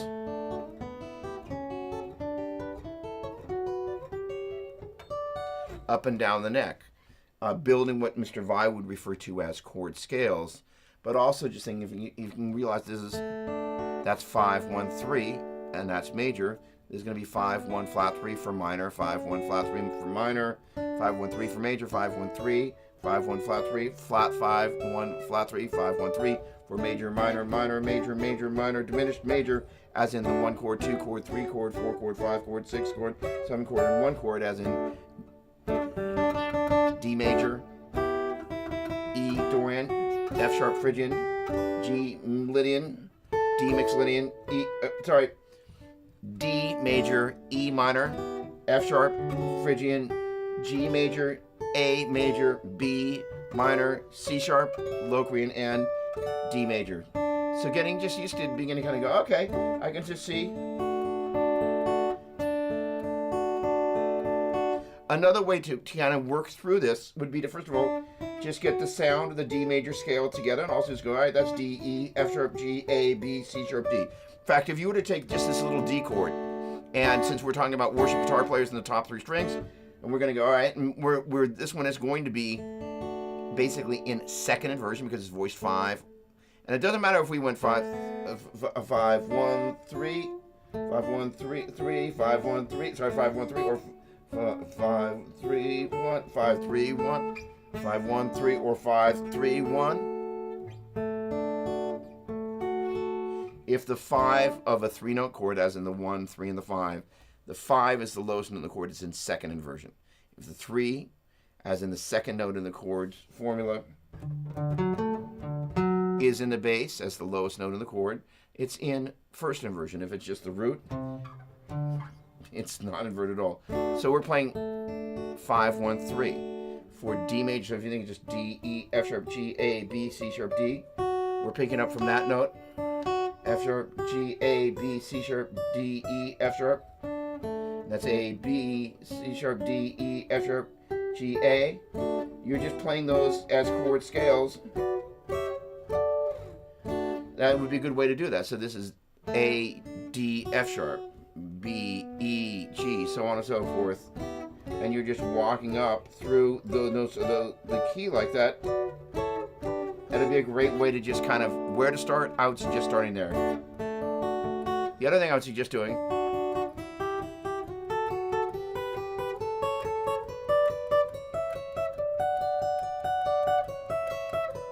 and if you want to make it a little bit more fun,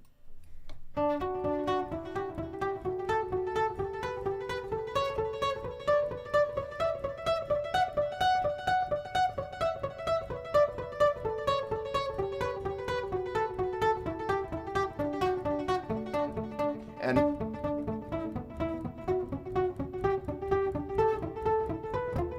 so I actually want to go 5, 1.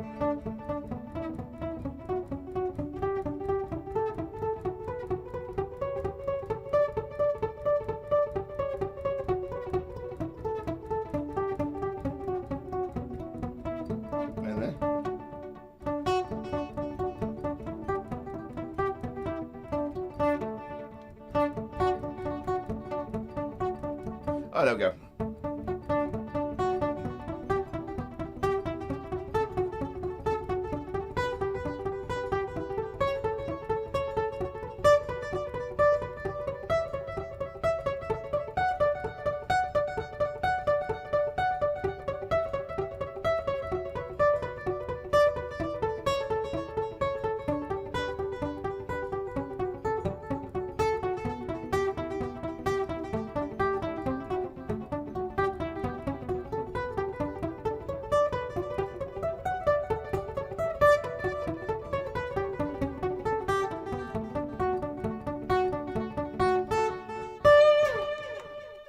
that's kind of fun. Okay, good, good, good, good, good. All right. All right, so here's the deal is next month, I am going to be recording an album the second Tuesday of the month. So I think what I will opt to do... Oh, thanks, Justin. Right on. I hope that gives you some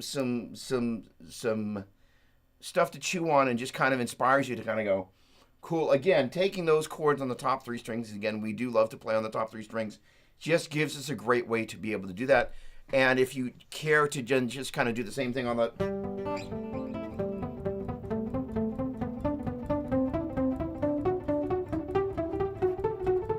Same thing for the key of G major on the 4th, 3rd, and 2nd string.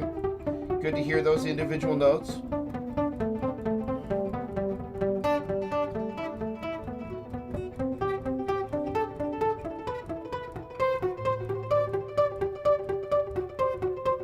I guess I'll play in time with the delay.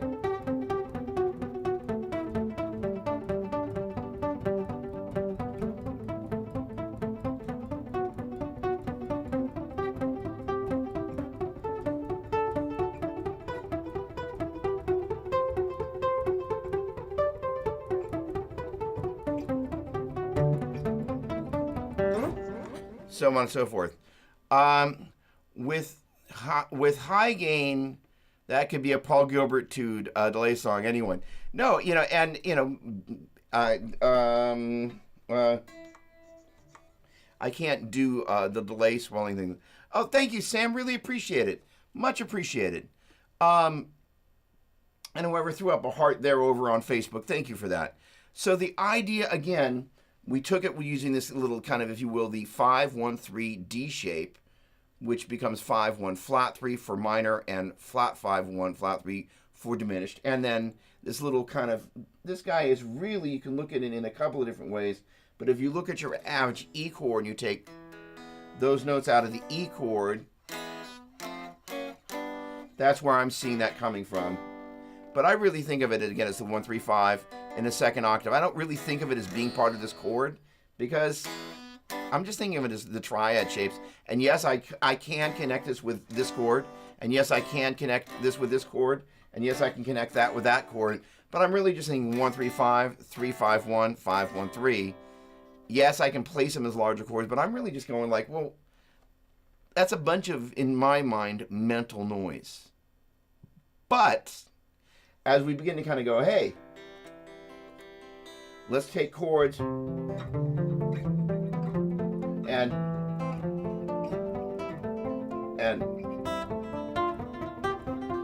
build them off of each of those 3-note groupings. I'm like, there's meat on those bones.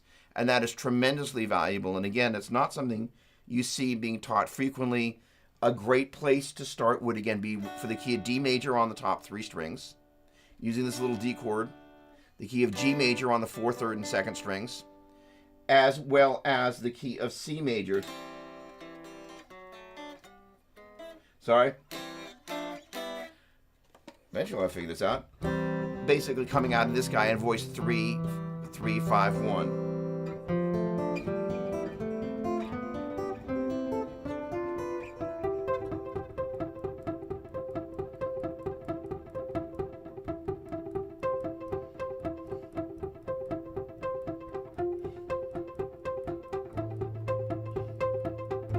If this is 3-5-1, that's 4-5-1. That's just a little major triad to a sus4.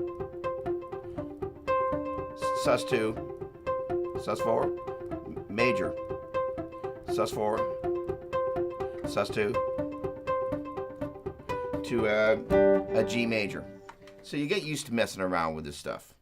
All right, so that is to say, I will see you guys the 3rd Tuesday. And I'm getting that date, just in case you're wondering what the heck it is the Doppler is doing right here, right now. 3rd Tuesday in May is going to be the 17th. and I'll put up a post about that. But I look forward to seeing you then. I think we've covered. Really appreciate the kind words, Sam. And you know, it's just a privilege to hang out with you guys. And in particular, let me just go back and recap kind of where this little wellspring comes from. I'm working on. I'm putting together the next version of what was, you know, the kind of the revamp of my Diatonic Theory and Harmony DVD. But in so doing, I'm wanting to kind of take a very fresh look at all of it and kind of go, okay, what are all the places that, you know, by going out and looking what other people are doing, and most of the time when they're talking about the cage system, they're not mapping it out diatonically.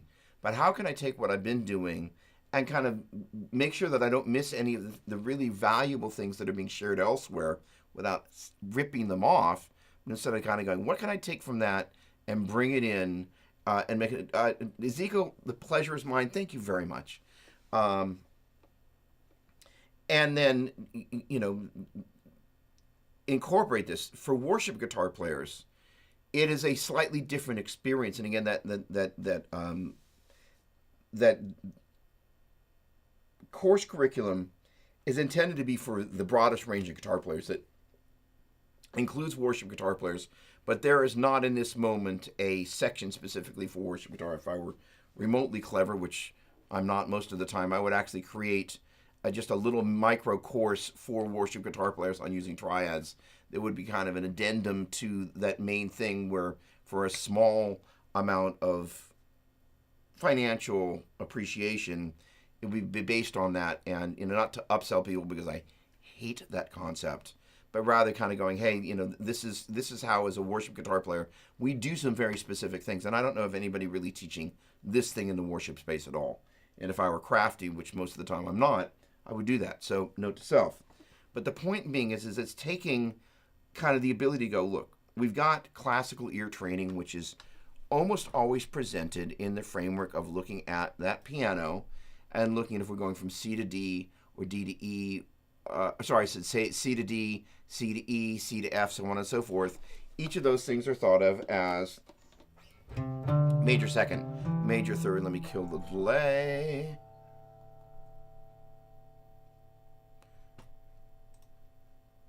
Come on, baby. There we go. There we go. C to D is a major second. C to E is a major third. C to F is a perfect fourth. C to G is a perfect fifth. C to A is a major sixth, and C to B is a major seventh, and that's an octave. Now the thing is that as you play the major scale, most of us have a tendency to go.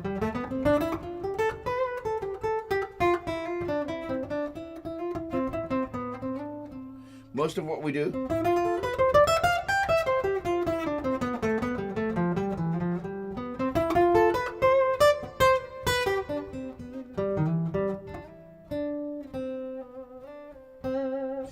is running up in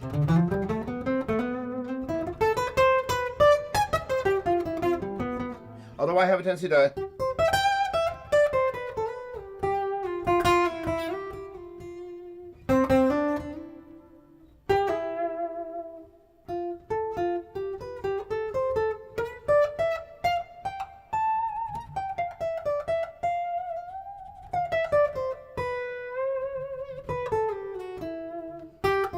F natural. We have a tendency to play most things kind of right next door to each other.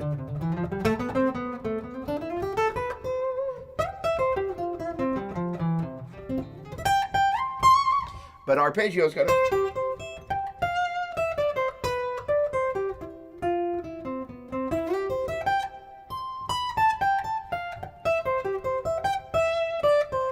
the tonic arpeggio, which for the key of C major would be a C major arpeggio.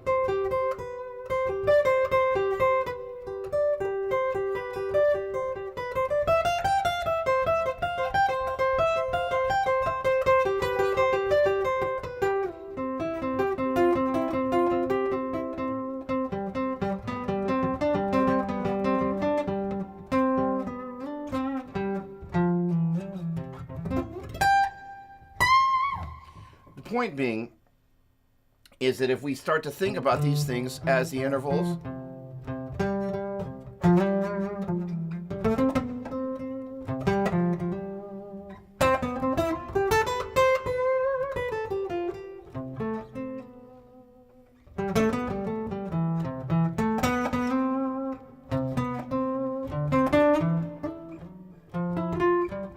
so I basically was kind of using things around the fifth.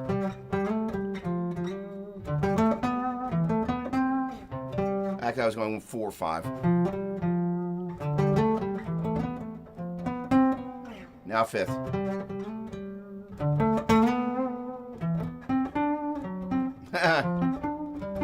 Spending too much time in the key of G. Hit that F sharp instead of the F there. Then 6.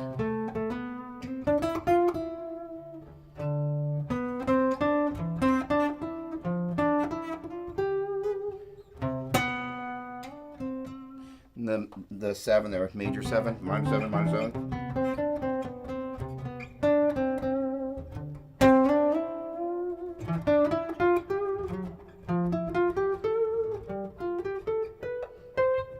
So on and so forth. That allows you to bring those other intervals in there. So it is valuable to, again, my favorite thing is to bring it back down to the key of G and hear each one of those intervals.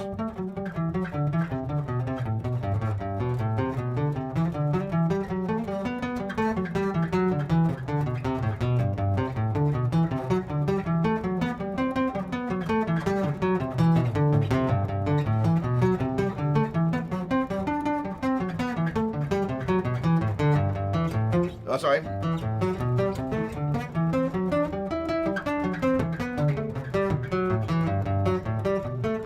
Ah.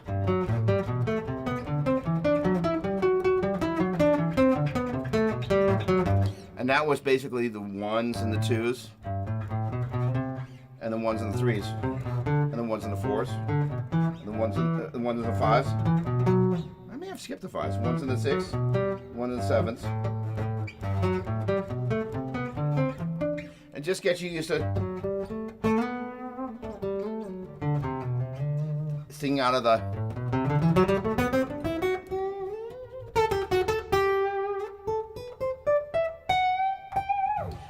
next door boxes. Very beneficial for me as a worship guitar player. Thank you. Much appreciated. Much appreciated. And again, what's neat about all this stuff, it's the same knowledge, but kind of going, when we kind of really frame it around the worship experience, which again is so much around these little inversions where we're playing most of the time. You know, first of all, the other thing, I'll briefly speak to this, and then we'll be out of here. It's going to be 8 o'clock California time. And thanks again for showing up. Really appreciate it. Is that we're now working these things in all sorts of, sometimes, especially if you've got a worship lead that leads from piano, key of B flat, and all these wacky keys. So the reason that I didn't shy away from going, hey, let's do this for the key of D, is it gets us comfortable to using the key of D, D, E, F sharp, G, A, B, C sharp, and D. So there's 2 sharps, unlike the key of G, which has G, A, B, C, D, E, F sharp. G, so it's got 1 sharp. But once you kind of get used to doing it, it's kind of like, dare I say, eating sushi. What? Well, the first time you usually kind of go into a sushi bar, for those of us that didn't grow up eating raw fish, you're like, all right, I'll try California roll. And you're like, well, that's pretty good. Then maybe the unagi, once you kind of get over the idea of like you eating some little eel thing, you kind of go, that kind of tastes like teriyaki. I'm down with that. And so you gradually kind of inch in. The same thing is true as getting comfortable with these different keys. The important thing to keep in mind is this diatonic framework that pulls music together, especially worship music. It's almost all staying in the same key simultaneously. The vast majority of it is based around the major scale, as in the major, Dorian, Phrygian, Lydian, mixed Lydian, minor, Locrian, and major, the 7 modes. Most of it's based around the 1. And I think of these chords as the 1 chord, 2 chord, 3 chord, 4 chord, 5 chord, 6 chord, 7 chord, 1 chord, because they're based around the 1 mode, major, which is based off the first note of the major scale. The 2 chord, wait for it, is based on the 2nd mode, which starts off the 2nd note of the major scale, Dorian. 3 chord, based based on the third mode, Phrygian, 4 chord. The fourth mode, Lydian, 5 chord. Fifth mode, mixed Lydian, 6 mode. Minor. The seventh is based on Lagoon.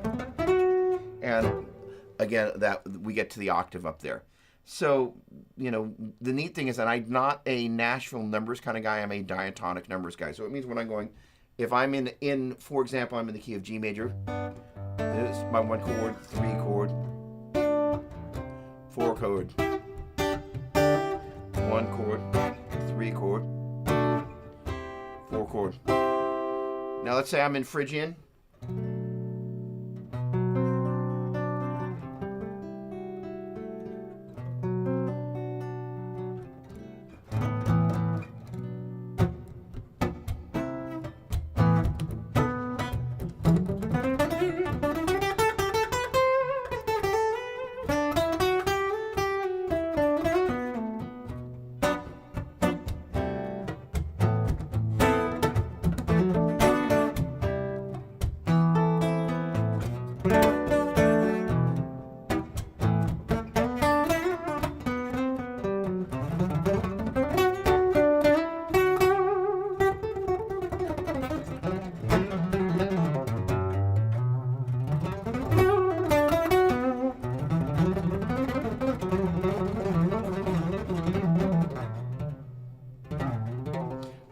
Very clearly B Phrygian, that's my 3 chord.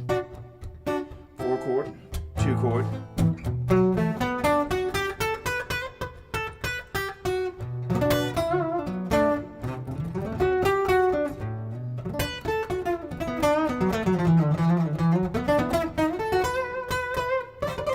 Up.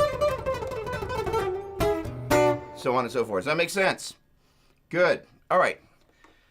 Father, we lift you up. We give thanks for the gift of music, the gift of community, the sacrifice that you made for us, each of us, for those of us that are here, for those of us that are not here this evening, Lord. We just give thanks for this community and all the people that have been a part of it, past, present, and future. It's all about you, to you the glory. We just give thanks again for music and the way it draws us together, as only you can do. I pray that you bless everybody that's been able to take time to, out of their busy lives, to tune in. People have a lot going on, and I'm thankful for the opportunity to just partner together with other worship guitar players and enjoy the gift of music and be able to kind of hopefully work together to expand what we can bring into your kingdom thereof. We pray for peace in the world. We pray for unity in a country that is terribly divided. And we pray that we be the hands and the feet and the compassion that you would want us to be in the times that maybe it's not always easy to do that. We ask all this in Jesus' mighty name. We all said, amen. All right, everybody. Great to see you. Make it an amazing week, or 6 weeks, or whatever it'll be. And I will see you the third Tuesday. Thanks for that. In May. God bless. Cheers. Thanks again for hanging out.